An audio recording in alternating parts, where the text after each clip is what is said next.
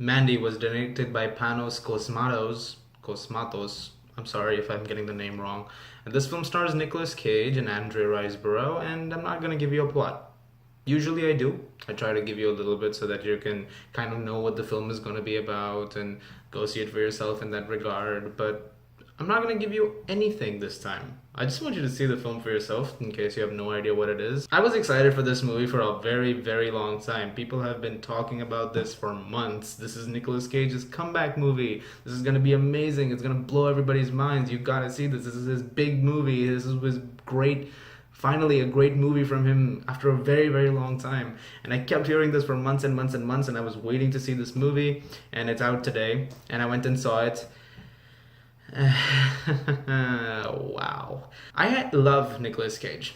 I do. I think he's a great actor, but he's had the misfortune of being in a lot of stuff recently that is not the best. A lot of direct to DVD movies at points, some stuff on Netflix here and there, and it's not all very good. And some of the bigger movies that he has been in, they leave some more to be desired, you know, and I want to see him in better movies. I want to see him in good movies. And I'm hoping that Mandy turns out to be the turning point for this, because this is one of my favorite movies of the year. Wow, did I love this movie. I can't stress how great a film like this is, because, again, it requires me to go into detail, but so much of this is actually, again, the kind of film that you want to see. It's original, very original. It's got some of the best cinematography of the year. It's gorgeous. It's very 80s centric, which is when the movie also takes place.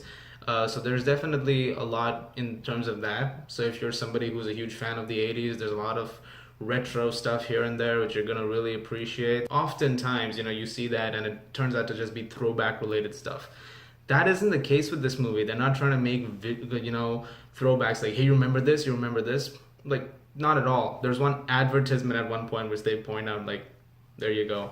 And for what it's worth, if you're a Nicolas Cage fan and you're a fan of him having crazy psychotic outbursts, then this movie is going to be perfect for you, because they are there in this movie. However, the difference between this movie and other movies with Nicolas Cage before is the outbreaks that he has are usually for fun, you know, they're entertaining and you watch them and you get a good laugh. Here, they're not like that. Here, it's brutal. It's devastating stuff. Which, speaking of, is, you know, what makes Mandy so crazy, because not only is this film so beautifully made and so fantastically done, it's one of the most brutal movies I have ever seen. Or, yeah, actually, I'm gonna stick with that. This is one of the most brutal movies I've ever seen. There are so many different ways Nicolas Cage kills people in this movie, and so many different things that happen.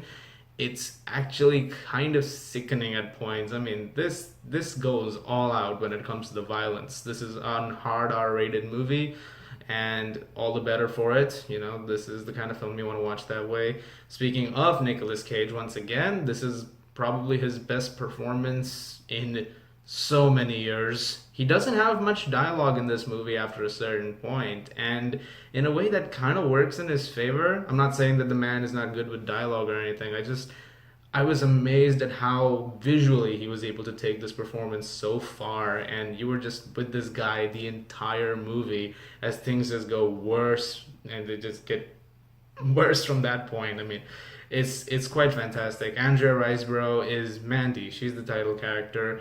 The whole plot revolves around her in reasons I cannot explain, because, again, I don't want to give you much. I'm pretty sure you'll hear some premise from places regarding what's going on. I just wanted to be very quiet about it. Cinematography is just, it's gorgeous. It's like a painting at points. Some of the shots are like canvas works. It's just fantastic. Also, this film is marked important for a lot of people because this has Johan Johansson's last score. This is a very talented composer who we lost very recently. May rest in peace. You know, he composed Arrival and Sicario, and he was actually going to compose Blade Runner 2049, but that did not happen, fortunately. But he has left us one final score, and this is incredible. Once again, I mean, may rest in peace. The music he has left us in this film is spectacular. I cannot wait to get my hands on this soundtrack as fast as possible. The editing is also some of the best I've seen in a long time. I mean, this film is just so beautifully crafted. I can't begin to stress how much I love this movie. And I want to say so much more. I want to go more into detail, but I can't. I want you to see the movie for yourself. I want you to discover it for yourself in all its craziness. It's not an easy watch. It's very brutal, like I said, but it's also insane. And that is one thing I have to talk about. This film is batshit crazy. That's the best way to put it. I mean, you've got to have this insane sense of, thought when you're watching this movie the whole point in time, because so much is so crazy in this movie. Nothing's normal in this movie. Nothing. And you've got to admire how insane this gets. This film embraces that. It also embraces the sadism of its violence. Occasionally that would be like funny, over the top every now and then, but this one embraces the fact that it is a gory, violent, brutal world that we are in right now. And my God, is it all the better for it. This film floored me. I loved it. There was not a single moment where I wasn't enjoying it. I enjoyed it in ways that you may not want to. Like, it's not like a good way. It's more like it's so insane that once you're wrapped into it, you're just laughing along because you're having the time of your life embracing the insanity. And I think that is the best way to watch it. And I mean, really, you got to see this movie. Like right now, please go see this. Go see this. Don't watch Predator, or maybe watch Simple Favor. That's a better movie out right now. But go watch this instead. Predator sequels and all will come and go, but this is the kind of movie that you should support. Go out there and see it. I'm gonna give Mandy a very well-deserved 10 out of 10.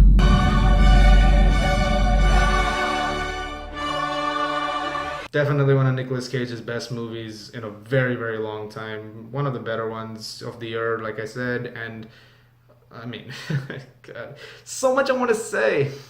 Guys, thank you very much for watching. Look forward to more reviews very soon. If you like this, please do subscribe, and I'll see you guys at the movies.